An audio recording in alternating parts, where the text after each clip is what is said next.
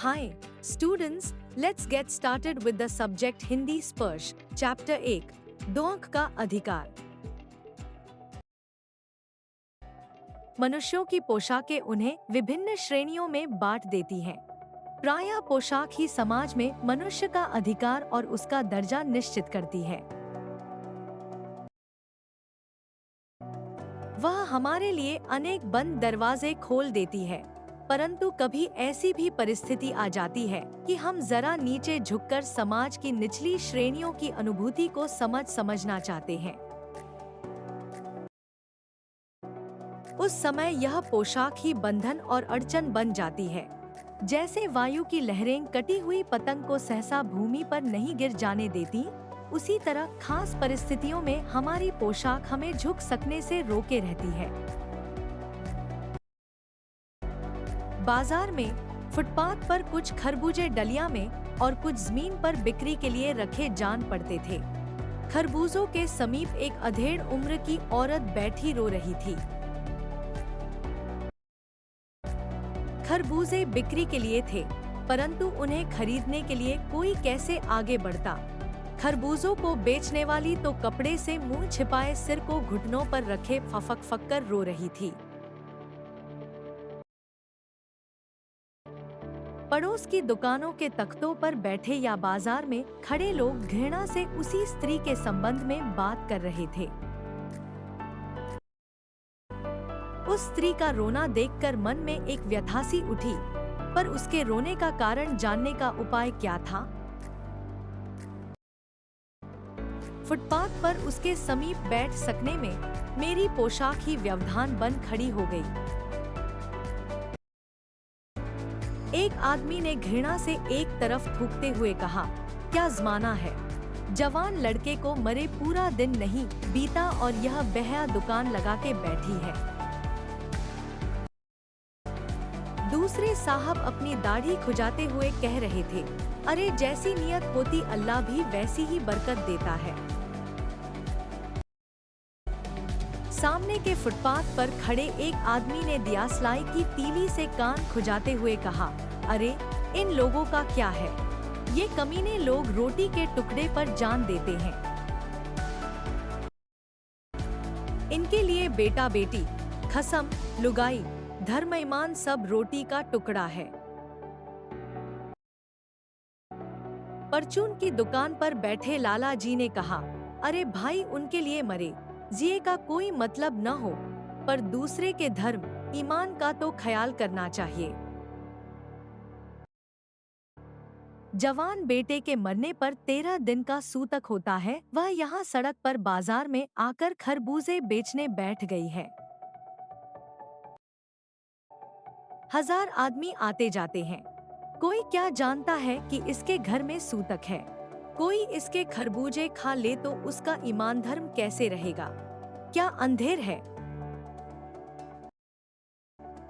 पास पड़ोस की दुकानों से पूछने पर पता लगा उसका 23 बरस का जवान लड़का था। घर में उसकी बहू और पोता पोती है। लड़का शहर के पास 1.5 बीघा भर जमीन में कचियारी करके परिवार का निर्वाह करता था।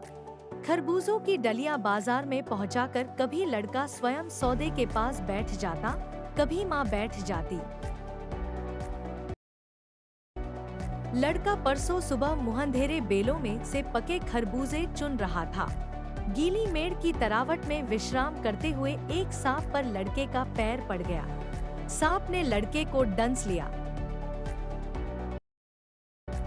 लड़के की बुढ़िया माँ बावली होकर ओझा को बुला लाई। झाड़ना फूकना हुआ, नागदेव की पूजा हुई।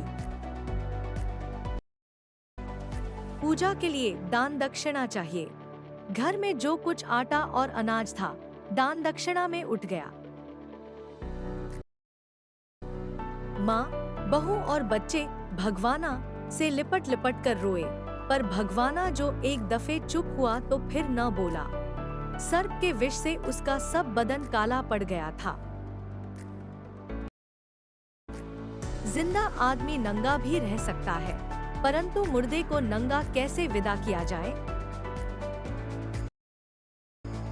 उसके लिए तो बजाज की दुकान से नया कपड़ा लाना ही होगा, चाहे उसके लिए माँ के हाथों के छन्नी ककना ही क्यों न बिक जाए।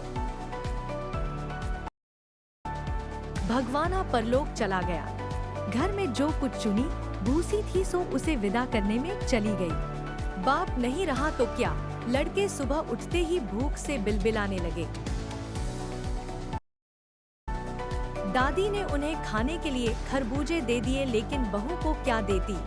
बहू का बदन बुखार से तवे की तरह तप रहा था। अब बेटे के बिना बुढ़िया को अन्न चवन्नी भी कौन उधार देता। बुढ़िया रोते रोते और आंखें पोंछते पोंछते भगवाना के बटोर हुए खरबूजे डलिया में समेटकर बाजार की ओर चलीर। चारा भी क्या था। बुढ़िया खरबूजे बेचने का साहस करके आई, परंतु सिर पर चादर लपेटे, सिर को घुटनों पर टिकाए हुए फफक फक्कर ओ रही थी।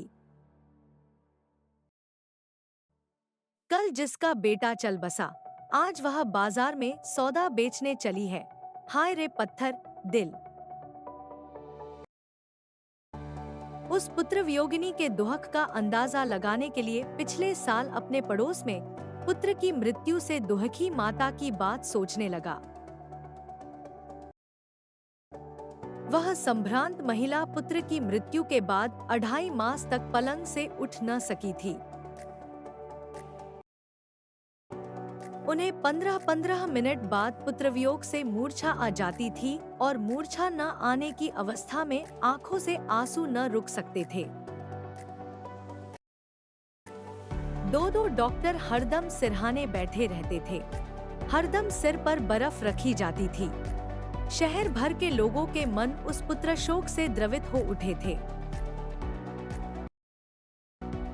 जब मन को सूझ का रास्ता नहीं मिलता तो बेचैनी से कदम तेज हो जाते हैं। उसी हालत में नाक ऊपर उठाए राह चलतों से ठोकरे खाता मैं चला जा रहा था। सोच रहा था, शोक करने, गम मनाने के लिए भी सहूलियत चाहिए और दुखी होने का भी एक अधिकार होता है। Thanks for watching.